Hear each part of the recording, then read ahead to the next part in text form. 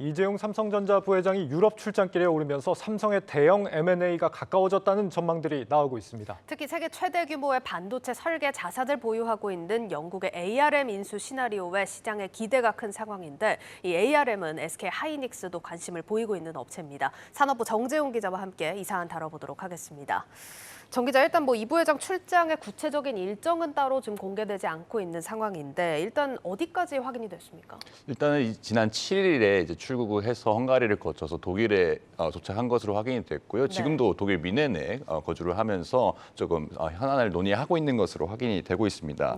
이 독일 미넨에서 BMW라든지 이런 완성차 업체와 또 전기차, 또 배터리나 아니면은 반도체 주요 업체와 좀 만나서 어떤 사업 협업 방안을 좀 논의하고 있는 건데요. 이 최윤호 삼성 SDI 사장이 지난 주말에 이제 귀국을 먼저 했는데 일단 완성차 업체와 이제 전기차 배터리 관련해서 협업을 했을 그런 가능성이 좀 분석이 나오고 있습니다.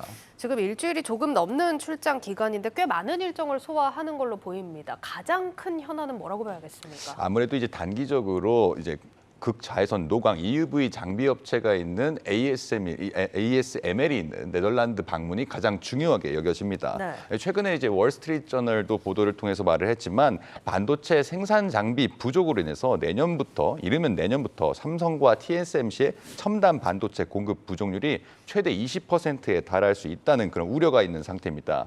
즉 EUV 공정 장비는 1년에 수십 대밖에 생산되지 않아서요. 어떻게든 물량을 확보하려는 어떤 노력이 있을 거라, 이런 움직임이 있을 거라는 예상이 지금 나오고 있습니다.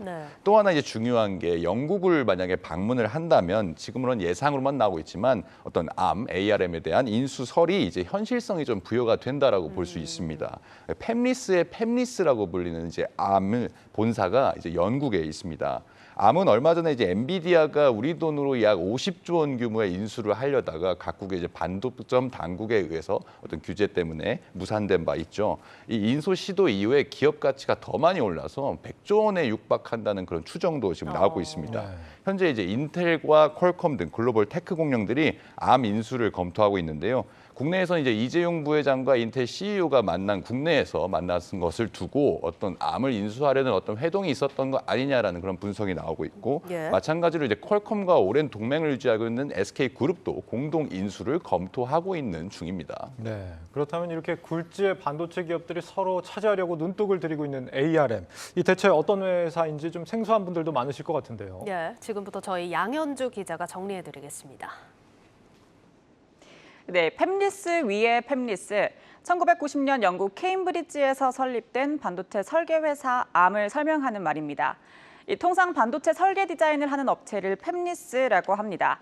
그런데 이런 팹리스 기업들의 대부분이 ARM의 설계를 바탕으로 자체 기술을 더해 제품을 개발합니다. 퀄컴의 스냅드래곤, 삼성전자의 엑시노스, 또 애플의 A바이오닉이 대표적이죠. 그런데 실제로 ARM의 고객사는 전 세계 1000여 개에 육박하는데 판매되는 스마트폰의 90% 이상, 태블릿 PC의 85%가 ARM의 기본 설계도를 이용하고 있습니다. ARM은 이처럼 칩을 직접 만들지 않고 반도체 기본 설계를 제공하면서 로열티를 받는 식으로 수익을 창출합니다. 이를 통해 연간 매출 약 3조 4천억 원, 조정 영업이익 7조 2,700억 원을 벌어들입니다. 그런데 소유주인 소프트뱅크가 이 같은 독점적 지위의 ARM을 시장 매물로 내놓으면서 본격적인 인수전이 시작됐습니다. 가장 먼저 움직인 건 엔비디아입니다. 약 48조 원을 투입해 인수를 시도했는데요. 하지만 ARM이 가진 독점적 지위로 인해 미국, 유럽 등 경쟁 당국이 인수를 반대해 결국 무산됐습니다. 이 엔비디아가 ARM을 인수할 경우 기존에 받던 로열티를 크게 올리거나 이 경쟁사의 설계도를 제공하지 않는 등 반도체 공급망을 뒤흔들 우려가 있다는 겁니다. 이 때문에 글로벌 반도체 기업들은 독과점 문제를 피하기 위해 컨소시엄을 구성하는 논의가 한창입니다. 현재 반도체 한미 동맹이 가속화되고 있는 상황에서 퀄컴과 SK 하이닉스, 인텔과 삼성전자의 합종 연행 가능성도 제기되는 상황입니다. 지금까지 굴지의 반도체 기업들이 인수에 열을 올리는 반도체 설계 기업 ARM에 대해 전해드렸습니다. 네, 양 기자 수고했습니다. 전 세계 반도체 기업이 대부분 이 ARM 설계를 쓰고 있다라는 건데 기술력에서 좀 우위가 있는 모양입니다. 네, 앞서 보신 것처럼 우리가 이제 스마트폰의 두뇌 애플리케이션 프로세서라고 하는데 AP에 대해서 이게 그 설계의 원천 기술을 대부분 ARM 설계를 쓰고 있습니다. 네. 이제 모바일 쪽에서 좀 특화가 돼 있어서요. 이제 모바일 시대가 도래하면서 그 저변이 순식간에 확대가 좀 됐다라고 분석을 할 수 있습니다.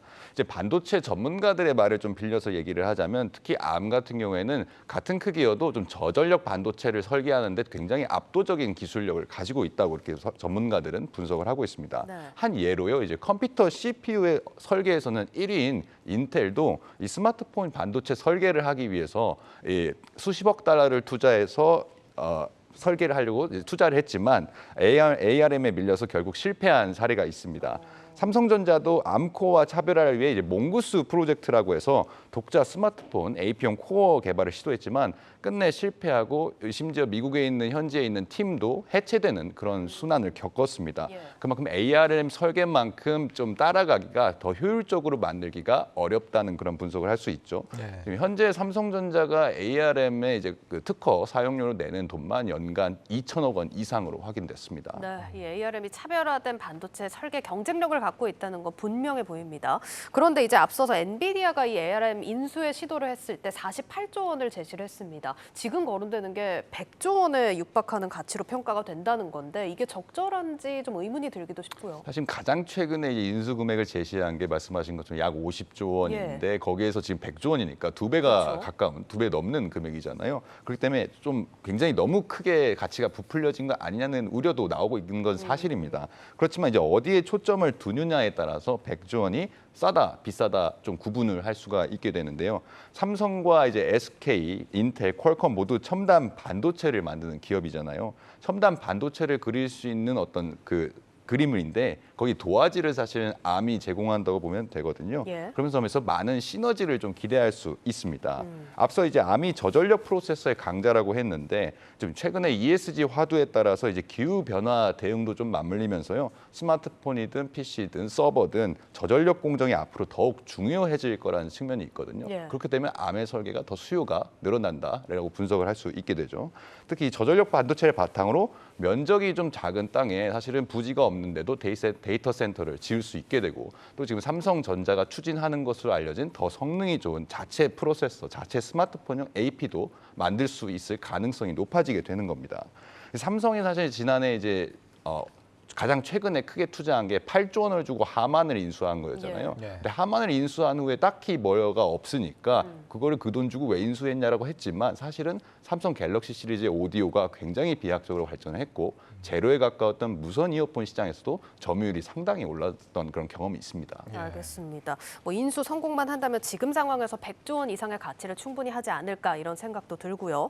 이게 지금 뭐 한국, 미국 또 대표 반도체 기업들이 다 거론이 되다 보니까 이게 한미 반도체 동맹하고 연결지어서 뭐 바라보는 시각도 있더라고요. 그렇습니다. 지금 인수 후보로 거론되는 게 뭐 공교롭게도 전부 다 한국과 미국의 업체들이고 다 핵심 축들이잖아요. 덩치가 크다 보니까 뭐 삼성, 인텔 또는 뭐 SK와 퀄컴 이렇게 나눠서 인수를 하려고 또 좀 시나리오가 나오지만 사자 합종 연행을 통해서 모두가 같이 인수 지분 투자를 하는 것 아니냐는 그런 예측도 나오고 있습니다. 시스템 반도체 이제 원천 기술이라고 할 수 있는 이 ARM을 두고 사실은 중국이나 제3국이 투자를 해서 인수를 하게 된다면 사실 안보 자산, 반도체를 지금 안보 자산이라는 측면에서 바라보고 있는데 굉장히 리스크가 커진다라고 분석을 할 수 있죠. 그래서 한미 양국이 미래 먹거리인 시스템 반도체를 패권을 쥐고 있다는 의미에서는 사실 100조가 그렇게 비싸다고만 분석할 수는 없다는 그런 분석입니다. 알겠습니다. 여기까지 듣도록 하겠습니다. 산업부 정재홍 기자였습니다.